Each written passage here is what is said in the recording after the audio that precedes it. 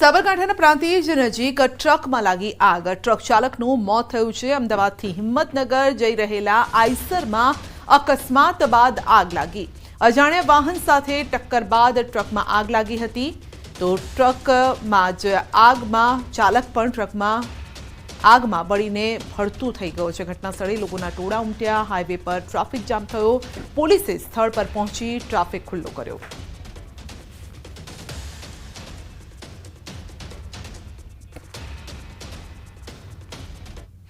તો કોલેરાને લઈને કલેક્ટરનું જાહેરનામું છે. કલોલ તાલુકાનો કેટલોક વિસ્તાર કોલેરાગ્રસ્ત જાહેર કરાયો છે.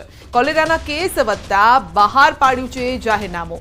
તો ગાયનો ટેકરો અને આજુબાજુનો 2 કિલોમીટરનો વિસ્તાર કોલેરાગ્રસ્ત જાહેર કરાયો છે. મહેન્દ્ર મિલની ચાલીનો વિસ્તાર તેમજ તેની આજુબાજુનો 2 કિલોમીટરનો વિસ્તાર પણ કોલેરાગ્રસ્ત જાહેર કરાયો છે. આ જાહેરનામું 3 માસ સુધી અમલમાં રહેશે.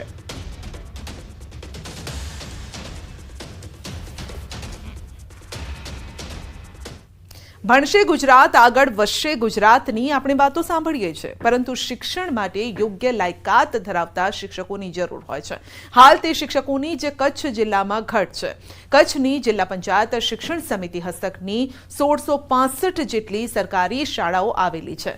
જિલ્લા શિક્ષણ અધિકારીની ભૂપેન્દ્રસિંહ વાઘેલા પાસેથી મળતી માહિતી મુજબ જિલ્લાની શાળામાં 7420 શિક્ષકો તેમજ 947 જેટલા જ્ઞાન સહાયકો ફરજ બજાવે છે. જે મુજબ જિલ્લામાં 1132 જેટલા શિક્ષકોની ઘટ છે. જ્ઞાન સહાયકોની ભરતી પછી પણ જિલ્લામાં શિક્ષકોની ઘટ એ ચિંતાનો વિષય છે. અને હાલમાં કચ્છ જિલ્લામાં શિક્ષકોના કુલ મહેકમની સામે 12 થી 13% જેટલી ઘટ છે. અને ત્યારે હાલમાં જ રાજ્યના મુખ્યમંત્રીએ શિક્ષકોની ભરતીની જાહેરાત કરી છે. કચ્છ જિલ્લામાં પણ શિક્ષકોની ઘટ પૂર્ણ થાય તેવી આશા જિલ્લા શિક્ષણ અધિકારીએ વ્યક્ત કરી છે. આપણી પાસે 9499 ની સામે 8367 એટલે આજની તારીખે 1132 જેટલા શિક્ષક ભાઈ બહેનોની ઘટ છે. જે રીતે ટોટલ મહેકમની સાપેક્ષમાં આપણે જોઈએ તો 12 થી 13% જેટલી ઘટ થાય છે.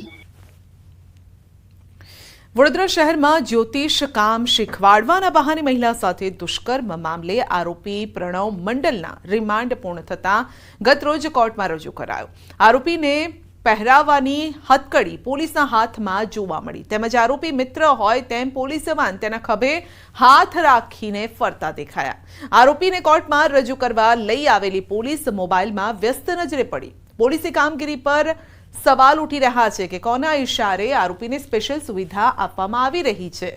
તો આરોપીએ ભોગ બનનાર મહિલાની સગીર પુત્રી સાથે પણ અડપલા કર્યા હતા.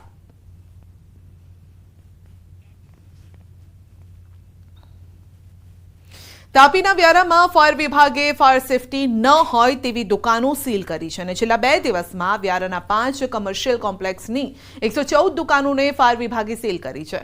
તો શહેરની ડીએનસી માર્કેટ, બિગ બજાર, જલદર્શન, અભિષેક એસ્ટેટ, નક્ષત્ર હાઇટ્સ સહિતના કોમ્પ્લેક્સની દુકાનો સીલ કરાઈ છે. ફાયર વિભાગની કાર્યવાહીથી દુકાનદારોમાં પણ ફફડાટ છે.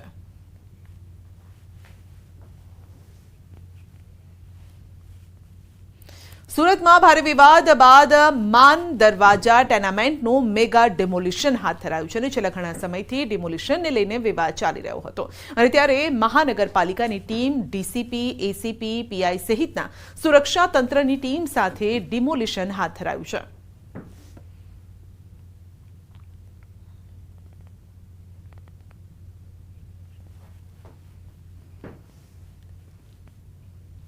ગીર સોમનાથના ઉનામાં સમઢિયાળાના કાંડના 8 વર્ષ પૂર્ણ થતા સંઘર્ષ સંમેલન યોજાયું. ગીર ગઢડામાં આયોજિત સંમેલનમાં મોટી સંખ્યામાં અનુસૂચિત સમાજના લોકો જોડાયા. સંમેલનમાં રાજુ સોલંકીએ અનુસૂચિત જાતિ સમાજ પર અત્યાચારનો આરોપ લગાવ્યો અને સાથે જ પીડિત પરિવારોને ન્યાય ન મળ્યો હોવાનો આરોપ લગાવ્યો. સાથે જ 15 ઓગસ્ટે ગાંધીનગર સુધી રેલી યોજવાની ચીમકી ઉચ્ચારી.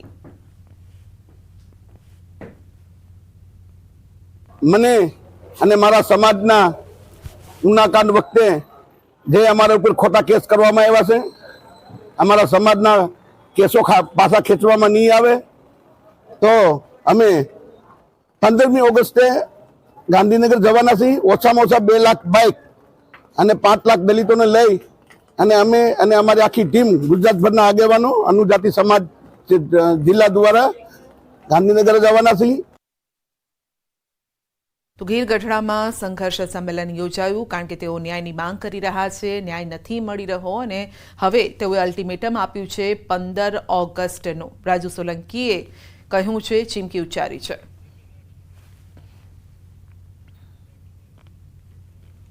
તો કચ્છની વાત કરીશું. સસ્પેન્ડેડ કોન્સ્ટેબલ નીતા ચૌધરી ફરાર છે. ગઈકાલે ભચાઉ કોર્ટે જામીન રદ કર્યા હતા અને કોર્ટે નીતા ચૌધરીને જેલ હવાલે કરવાનો કર્યો હતો હુકમ. નીતા ચૌધરીને પકડવા પોલીસની કવાયત છે. એલસીબી એસઓજીએ શરૂ કરી છે તપાસ. તપાસનો ધમધમાટ શરૂ કરવામાં આવ્યો છે.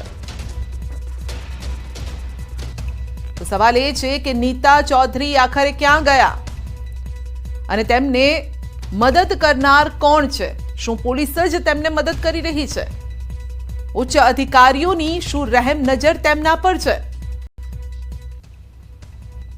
એમાં નામદાર કોર્ટ દ્વારા 8 તારીખે સોમવારે એમની હિયરિંગ રાખીને 9 તારીખે જે છે એમની બેલ કેન્સલ કરવામાં આવેલી. પોલીસને જ્યારે આ બેલ કેન્સલ કરવામાં જે છે ઓર્ડર મળેલો ત્યારે તાત્કાલિક જે છે એમના જે અલગ અલગ ઠેકાણા હતા એ તપાસ કરવામાં આવેલી. અત્યાર સુધી જે છે આ નીતા ચૌધરી જે છે પોલીસને નામદાર કોર્ટના ઓર્ડર પછી એમાં મળી નથી, પણ અત્યારે અલગ અલગ અમારી ટીમો લાગેલી છે અને અમને આશા છે કે થોડા દિવસોમાં અથવા તો ઝડપી સમયમાં જે છે એમને પકડી પાડવામાં આવશે. જી, સવાલ હવે એ છે કે નીતા ચૌધરી ક્યાં છે? વધુ અપડેટ મેળવીશું સંવાદદાતા મેહુલ પાસેથી. સવાલ અહીંયા એ છે કે કોર્ટ એક તરફ હુકમ કરે છે મેહુલ અને બીજી તરફ નીતા ચૌધરી ફરાર થઈ જાય છે. શું પોલીસની રહેમ નજર છે તેમના ઉપર? કોણ છે અધિકારી જેનો સહયોગ મળી રહ્યો છે?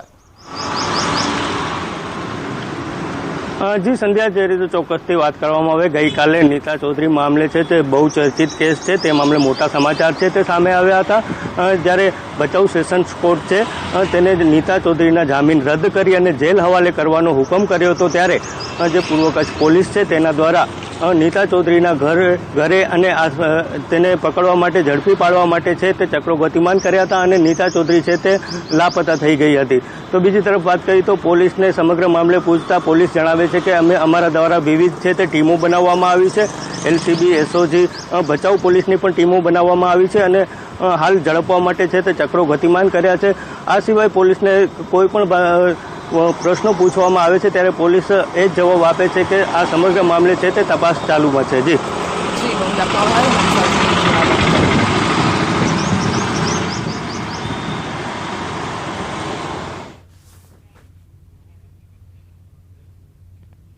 તો સાંજે 4 વાગ્યા સુધીની આગાહી છે અને 4 વાગ્યા સુધીમાં 12 જિલ્લામાં ઓરેન્જ એલર્ટ અપાયું છે. વલસાડ, સુરત, ભરૂચ, તાપીમાં ઓરેન્જ એલર્ટ અપાયું છે.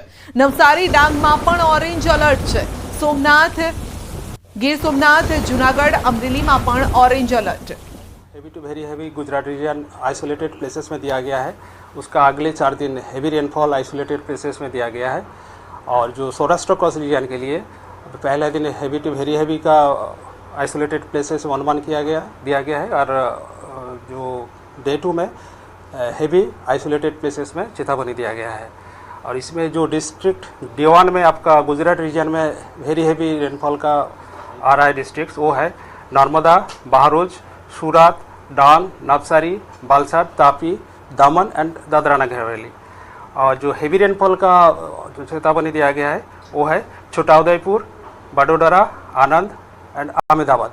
एंड सौराष्ट्र कच्छ में आपका वेरी हेवी रेनफॉल का जो चेतावनी दिया गया है वो है राजकोट, पोरबंदर, जूनागढ़, गिर सोमनाथ, अमरेली एंड भावनगर.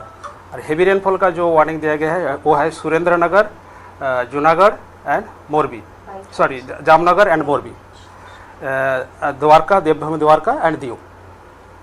ये है आपकी जो बारिश की स्थिति और पूर्वानुमान जो चेतावनी है.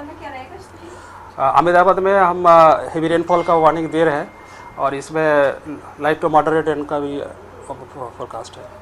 सर, लगातार हैवी रेनफॉल का वार्निंग दिया जा रहा है लेकिन फिर भी बारिश जिस प्रकार से कहा जा रहा है वैसे नहीं हो रही है, क्या मुख्य वजह है? हाँ, मुख्य वजह यह है कल जो हम लोग सिस्टम सौराष्ट्र में कॉस में बोला गया था वो बाद में सिस्टम थोड़ा सा लो हो गया, उसका इतना सपोर्ट नहीं मिला, इसलिए कल का जो चेतावनी दिया था थोड़ा सा हो गया. प्लस आज तो हम लोग वेरी हैवी रेनफॉल कर दिया है डे 1 में, दोनों रीजन के लिए दिया हुआ है। सर कौन सी सिस्टम अभी एक्टिव है जिसकी वजह से बारिश हो रहा है? अभी जो सीआर जोन है अभी 18 डिग्री नॉर्थ में परसिस्ट कर रहा है और एक साइक्लोनिक सर्कुलेशन नॉर्थ मध्य महाराष्ट्र में परसिस्ट कर रहा है और आपका और एक सिस्टम है जो ऑफशोर ट्रफ है साउथ गुजरात कोस्ट से लेकर नॉर्थ केरला कोस्ट तक परसिस्ट कर रहा है। इसके लिए બુલેટિનમાં આગળ વધીશું નાનકડા બ્રેક બાદ।